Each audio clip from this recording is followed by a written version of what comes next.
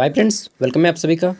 Kolhan university Chaibasa digital education का पिछले साल का 3 सेट में पेपर हुआ था। तीनों सेट मैं दिखा रहा हूँ। ये सेट 2 है, इसको भी देखेंगे, ठीक है।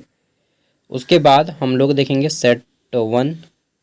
कहाँ गया? ये सेट 1 है, देख लीजिए यहाँ पे सेट 1, सेट 2 और अब हम लोग देखेंगे सेट 3 और उसके बाद तीनों को हम लोग डिस्कस करेंगे, ठीक है। ये सेट 3 है। सेट 3 का पेपर क्वालिटी थोड़ा ख़राब है, ठीक है, बट इतना है कि पकड़ में आ जाएगा, ठीक है। क्योंकि जो कैमरा खींचे हैं ना वो मतलब कुछ धुंधला टाइप से है, ठीक है। तो चलिए देखते हैं सेट 1, 2 और 3 का। तो सबसे पहले सेट 1 का देख लेते हैं, वही अच्छा रहेगा।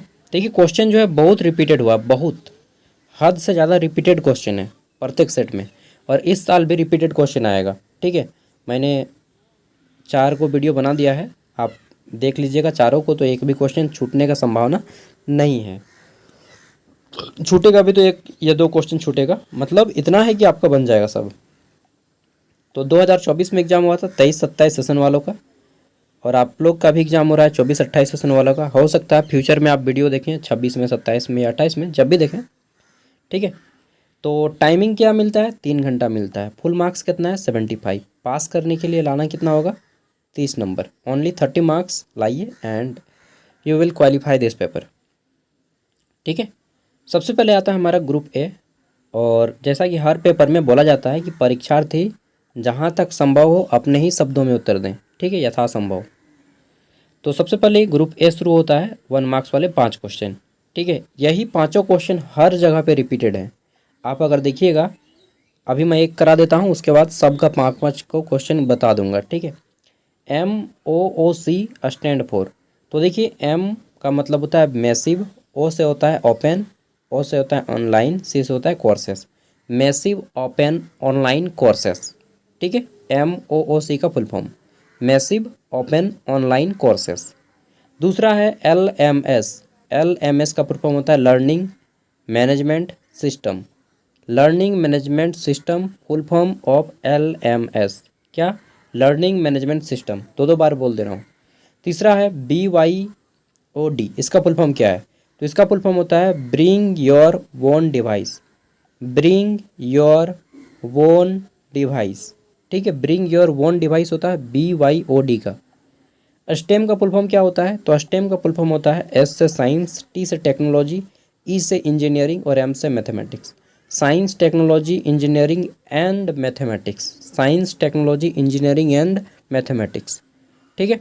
पांचवा जो पूछा गया है ICT का फुल फॉर्म क्या है? ICT का फुल फॉर्म है information communication technology. Information communication technology पूरा नाम है इसका, इंफॉर्मेशन एंड कम्युनिकेशन टेक्नोलॉजी। तो देख लिए 5 मार्क्स वाले क्वेश्चन, 1 मार्क्स वाले 5 को, ये 5 सेट ABC तीनों में रिपीटेड है। देखिए ये सेट C का पेपर है, वही सब क्वेश्चन है MOOC, LMS, BOYD, स्टेम और ICT, ठीक है। ये देखिए सेट C है, यहाँ पे देखिए सेट C है। अब मैं सेट B का भी दिखा देता हूँ, सेट 2 का। आप बोलते क्या बात है ऐसा आपका भी आएगा? हो सकता है ऐसा ही आए। MOOC, LMS, BYOD, स्टेम और ICT, ये सेट 2 है, देख लीजिए यहाँ पे। तो तीनों सेट में जो है सेम क्वेश्चन आया। क्या सब सेम आया? नहीं, सब सेम नहीं आया है।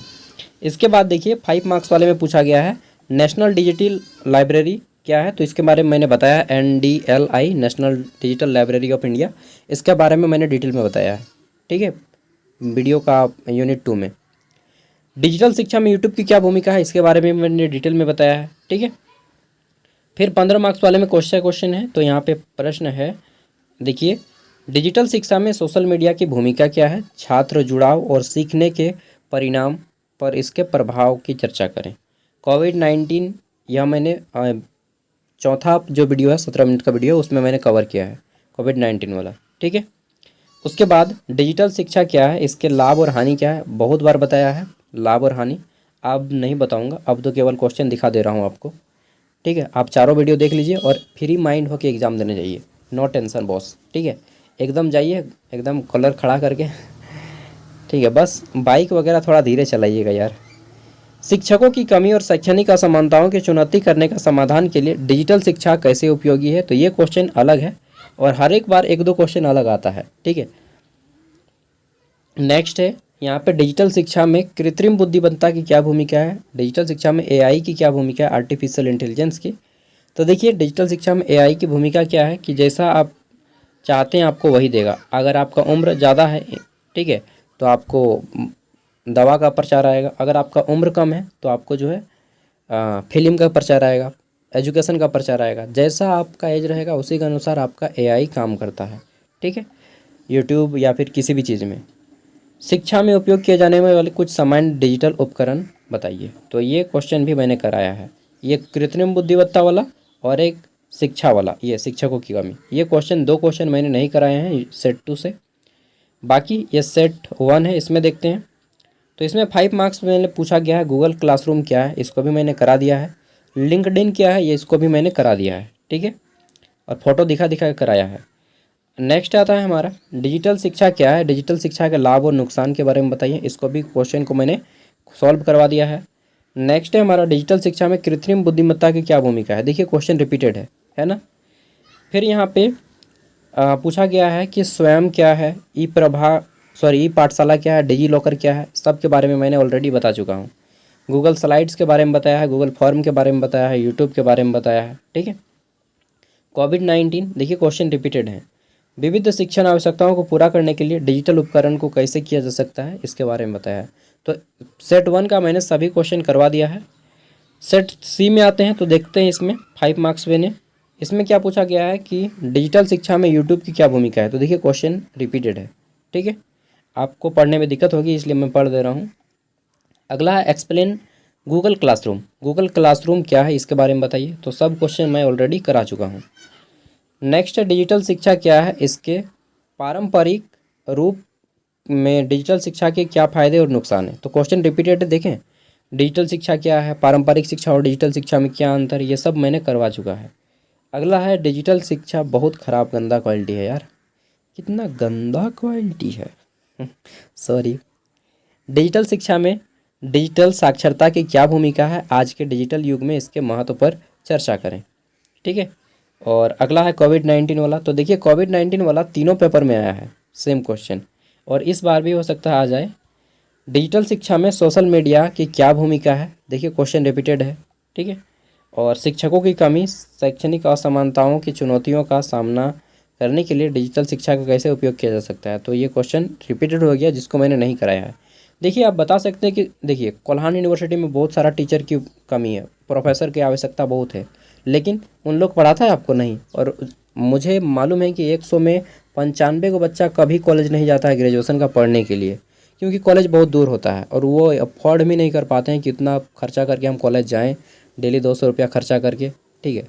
क्योंकि पिताजी का इनकम होना चाहिए मोर देन 30,000, तभी आप उतना दूर जाके अच्छे से कमा पाइएगा, मतलब पढ़ पाएंगे, ठीक है। कम से कम 30,000 प्लस कमाते हैं तो पढ़ पाइएगा दूर जाके, नहीं तो फिर पॉसिबल ही नहीं है। और झारखंड में उतना व्यक्ति सक्षम नहीं है, तो क्या करते हैं फिर गूगल ऑनलाइन यूट्यूब से पढ़ते हैं, ठीक है। तो यही चीज़ यहाँ पे आपको बताना है कि असमानता या चुनौतियों का सामना ऑनलाइन जो डिजिटल शिक्षा है ये कैसे आपको पूरा करता है, ठीक है। और अपना रियल लाइफ का प्रैक्टिकल के आधार पर आप एग्ज़ाम लिखिए, डेफिनेटली आपको कोई फेल नहीं करेगा, ठीक है, आप बहुत अच्छे मार्क्स से पास होंगे। अगला है शिक्षा में उपयोग किए जाने वाले कुछ सामान्य डिजिटल उपकरणों को लिखें। तो देख लिए एक ही क्वेश्चन बार बार रिपीट होता है किस तरह से, और मैंने जितना करवा दिया है यूनिट 1 2 3 4 सिलेबस को, आप सिलेबस को कंप्लीट कीजिए, वहाँ से क्वेश्चन बाहर नहीं जाएगा। बाहर जाएगा अभी तो देखिए क्या रहता है वो बता देता हूँ। 1 या 2 क्वेश्चन बाहर जाएगा जिसमें से 15 मार्क्स वाले किन्हीं 4 प्रश्न का आंसर करना होता है, और टोटल 6 क्वेश्चन आता है, तो 6 में 4 पक्का आपका बेंच करेगा, ठीक है, अगर आप चारों यूनिट देख लिए हैं तो। और क्या होगा, कितने मार्क्स का आंसर कितने मार्क्स में करना है, तो 5 मार्क्स का आंसर आपको 100 से 150 शब्दों में करना है, ठीक है। यानी कि एक खड़ा पन्ना का एक साइड में कर दीजिए काफ़ी है। अगर लिखने की स्पीड ज़्यादा है तो एक खड़ा पन्ना का एक साइड और आधा पेज 1.5 पन्ना में कर दीजिए। वहीं 15 मार्क्स वाला जो आंसर है इसका आप 2 खड़ा पन्ना मतलब 4 पेज में कीजिए। लिखने की स्पीड धीरे है तो, अगर लिखने की स्पीड आपके बहुत फास्ट है, एकदम रॉकेट की तरह लिखते हैं, पेन को एकदम स्पीड की दौड़ाते हैं, तो आप 3 खड़ा पन्ना यानी कि 6 पेज में आंसर करें, ठीक है। कम से कम 2 खड़ा पन्ना और मैक्सिमम 3 खड़ा पन्ना, इतना में आंसर कीजिए, आपका आंसर बहुत अच्छा होगा। ऑल द बेस्ट, ठीक है, थैंक यू। एंड इसका PDF हमारे वीडियो का डिस्क्रिप्शन में, आप वहाँ से इसे एक्सेस कर सकते हैं। देख सकते हैं और खुद से लिखने का प्रयास कर सकते हैं घर पे। ठीक है दोस्तों, bye, take care, all the best, अच्छे से जाइएगा एग्ज़ाम देने। और एक चीज़, आप लोग एग्ज़ाम देने के बाद अपना क्वेश्चन पेपर हमें इस नंबर पे सेंड कर दीजिएगा। नंबर नोट कर लीजिए। देखिए, आप लोग एग्ज़ाम दे के बाहर निकलते हैं, मोबाइल निकालते हैं, 2 मिनट निकाल के हमें क्वेश्चन पेपर सेंड कर दीजिएगा, ताकि कल जिनका एग्ज़ाम है या फिर आने वाले फ्यूचर में जिनका एग्ज़ाम होगा, आप लोग की हेल्प हो सके। देखिए, आपके सीनियर कैंडिडेट ने ये सब भेज रखा है, तो आज आपकी हेल्प होती है। ठीक है, उसी तरह से आप मदद कीजिएगा, किसी और की हेल्प होगी। 77, अरे यार ये नंबर नहीं देना है भाई, ये मेरा पर्सनल नंबर है, सॉरी। ये नंबर है 89 86 60, ठीक है, 75 41। इस पर आप व्हाट्सएप कर दीजिएगा हमको, और कुछ भी डाउट है तो पूछ सकते हैं। ठीक है, चलिए हमारा अंतिम क्वेश्चन है, भारत के दूसरे प्रधानमंत्री कौन थे? ठीक है, प्रथम प्रधानमंत्री तो हर कोई बता देगा, पंडित नेहरू। दूसरे प्रधानमंत्री कौन थे भारत के, ये बताइएगा। देखते हैं किसको किसको आता है। और इस नंबर पे एग्ज़ाम के बाद क्वेश्चन पेपर सेंड कर दीजिएगा। चाहिए अच्छे से एग्ज़ाम दीजिए, एक भी क्वेश्चन मत छोड़ना मेरे दोस्त। ठीक है।